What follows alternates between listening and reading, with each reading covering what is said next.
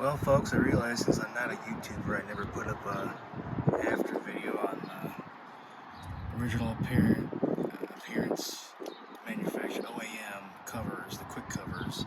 You can see where the truck panel is replacement panel cover, and it worked out pretty good. I'm gonna be honest, these have been on since last summer. They survived the winter. On the exterior, pretty much all that tape they used to hold these on is pretty good.